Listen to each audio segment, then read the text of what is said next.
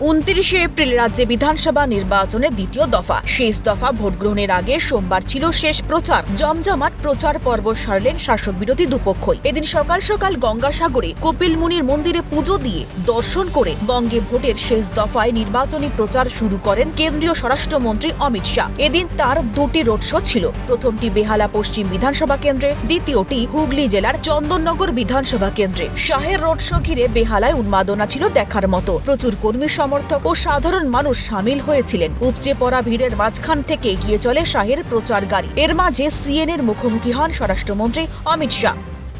বেহালা পূর্ব এবং বেহালা পশ্চিমের হয়ে প্রচার সারছেন দেশের স্বরাষ্ট্রমন্ত্রী অমিত শাহজি, এবং আমি একটু কথা বলার চেষ্টা করবো।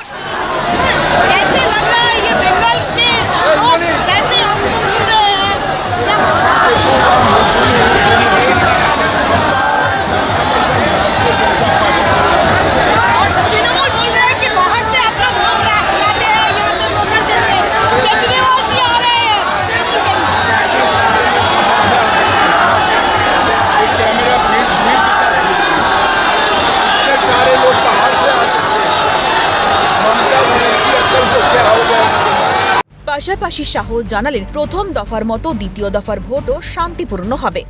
चुनाव आपने देखा है कभी? तो ये कहो ना किसान चुनाव। द्वितीय दफा ये सेकंड फेज ঠিকঠাক रहेगा आपका क्या? जी अच्छा। রোড শো থেকে জনগণকে আশ্বস্ত করলেন স্বরাষ্ট্রমন্ত্রী। তিনি বলেন 29 তারিখ তৃণমূলের গুন্ডা বাহিনীর ভয় সরিয়ে ভোট কেন্দ্রে ভোট দান করতে যান। কমিশন কোনায় কোনায় সিআরপিএফ মোতায়েন করেছে। 29 तारीख को बेखौफ होकर मत डालने चाहिए। दिल्ली के गुंडों की चिंता मत करिए। चुनाव आयोग ने चप्पे चप्पे पर सीआरपीएफ बिठाई।